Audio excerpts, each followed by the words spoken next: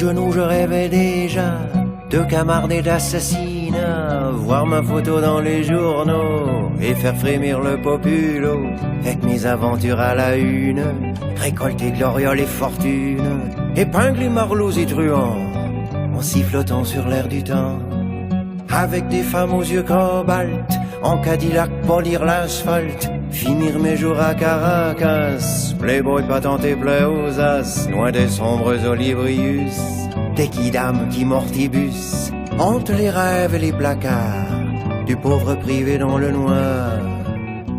C'est la valse des Maccabées qu'on balance dans les fossés, tout ce qu'on dégomme, qu'on ait ces bons hommes qui jalonnent en somme. Mon cœur est que l'homme, c'est la valse des Maccabées, la toilante des trucidés.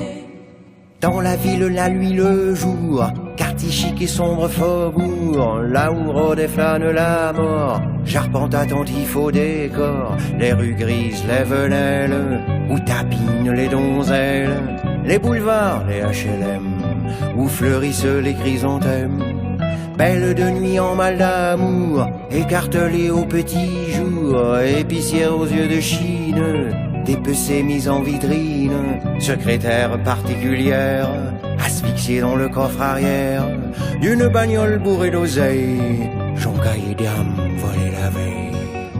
C'est la valse des Maccabées qu'on balance dans les fossés, tout ce qu'on dégomme, qu'on ait ces bons hommes qui jalonnent en somme.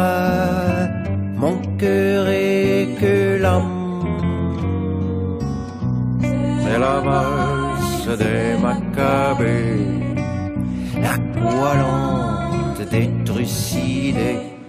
Mari jaloux qu'on liquide dans un bain mousseux d'acide, riche rentier qu'on culbute d'un coup d'achat à l'occiput, poulet en sauce résinée servi au petit déjeuner, farci de praline dom-dom, un coup de manium c'est pour ma pomme. Dans les bars et dans les bistrots où j'anesthésie mon cerveau, une voix dans mon délire inlassablement soupire, me répétant ad libitum ces mots comme un ultimatum.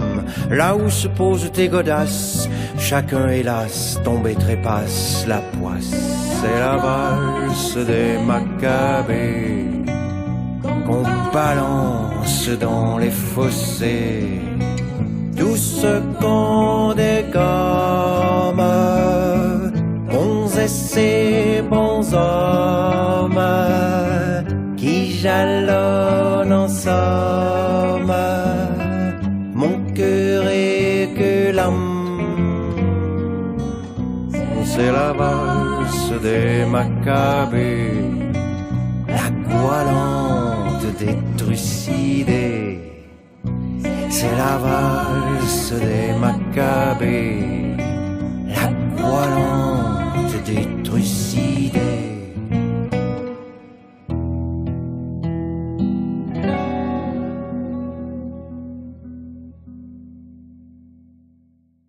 De retour des WC, Goldange de but en blanc, le rimel en bataille, déballe son histoire. Me dessine un tableau où l'avocat Bellan joue les marchands de gamines au sortir du prétoire. Le bavard en question, en effet, serait nul autre que le tonton maternel de Goldange en furie. Celui qui a foutu au pied de monsieur le maire, bon apôtre, l'innocence de Julie le jour de ses 15 bougies. Ça a duré 5 piges. 5 piges et des poussières. Jusqu'à ce que ce saligo s'amourache d'une douairière qui tenait une maison close où folâtrait pépère, flicaille, juge, notable et bien sûr monsieur le maire. Ça nous situe le bonhomme, nous le visualise un max.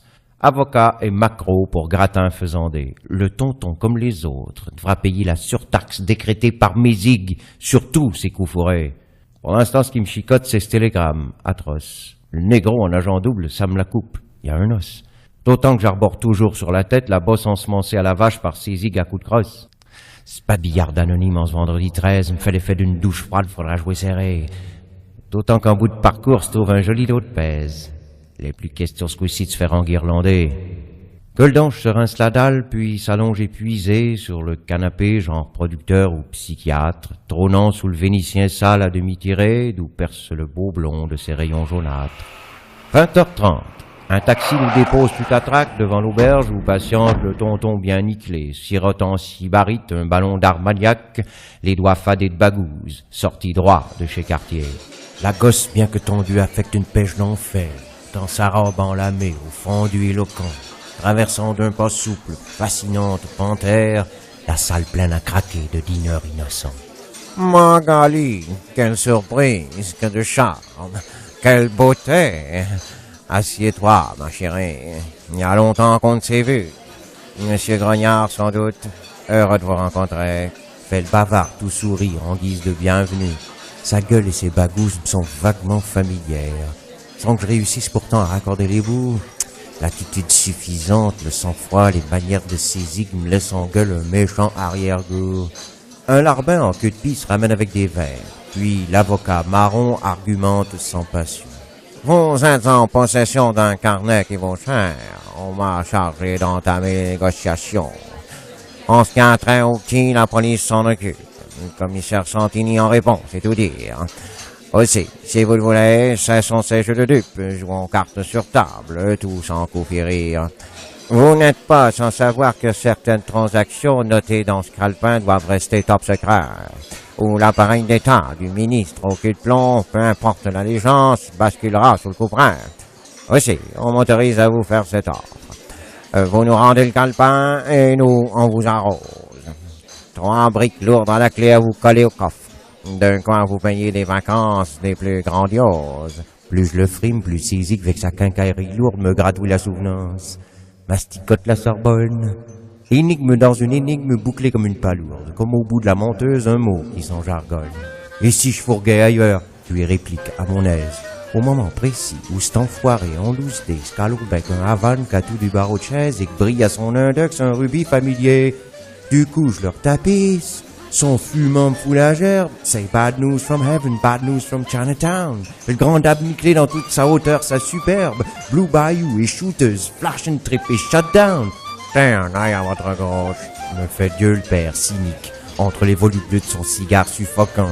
Hélène, Miss Boxer dingue! Crie la gosse en panique, assourdie par l'orchestre, pianotant et soufflant. Assise au bout du bar avec le nègre Jumbo Jet, les traits tirés, Hélène, une copine de toujours, raflée avec Goldange au début de cette enquête par la bande de Monsieur le maire, m'adresse un geste gourd. Vous avez 24 heures pour accepter le marché. Sinon, vous pouvez dire adieu à votre copine. Susurre le grand dab avant de se retirer, suivi d'Hélène et du boxeur nègre en blue jean. Puis, un loufia se ramène avec un bigophone.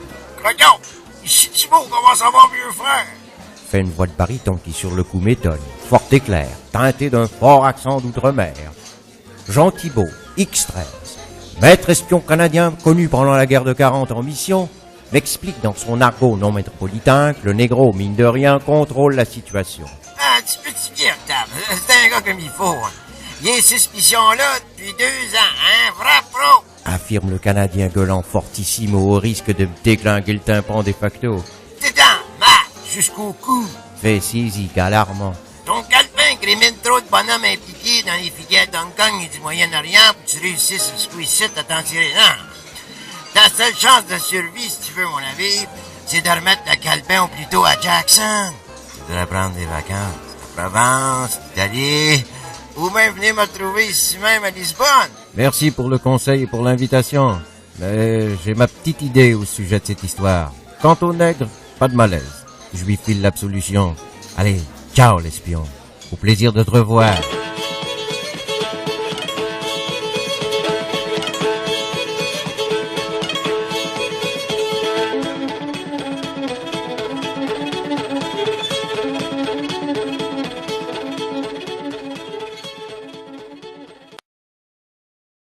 De retour au bureau, Mouflard surexcité nous assomme de questions tout en postillonnant.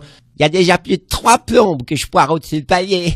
Osez-vous passer? Annonce l'outrecuidant. Premièrement, petite tête, fais gaffe aux antinomies. Copain et journaliste, ça fait pas bon ménage. Deuxio, si tu bougeais ta viande, hein, ce serait ça de prix. Peut-être qu'on pourrait causer. Tu nous bloques le passage.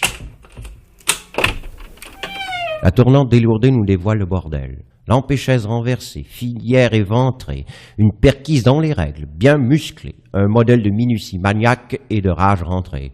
Cependant que Gueuledange, s'efforçant d'ordonner mon si méticuleux jardinet d'habitude, pose un pied sur un fil en laiton raccordé à une charge explosive.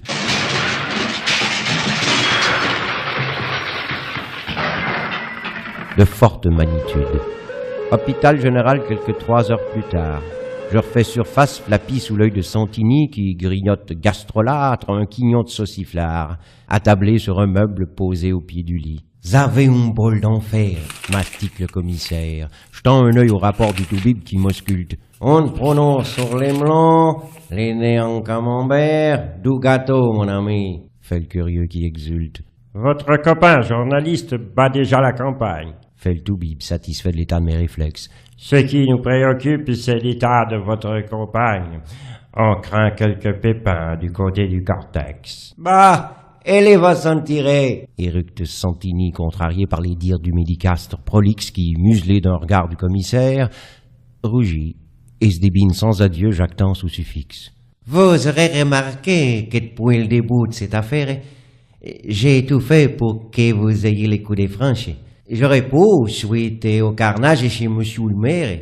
Vous foutrez au trottinette sans remords qu'on y penche.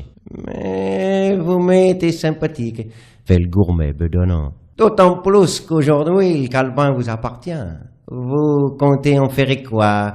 Il cédait au plus offrant? Minot de l'éburescent au faciès porcin. Ce qui m'importe pour l'instant, c'est l'état de Miss Sinclair. Pour lui retrouver son neveu, et on pourra causer. D'ici là, je vous emmerde, monsieur le commissaire, et veuillez remballer cette bectance avariée. Miss Sinclair, parlons-en, puisque vous êtes pénitent. Signalement, yeux bruns, cheveux bruns, 1,60 m, 52 kilos. Signe particulier, néant. Dernier domicile est fixé, cimetière des Innocentes. Vous êtes manipulé depuis le début de cette affaire.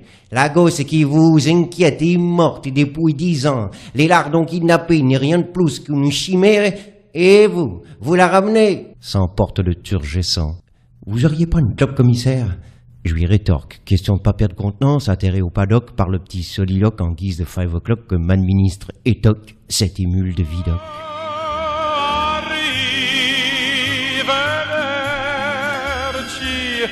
Roma,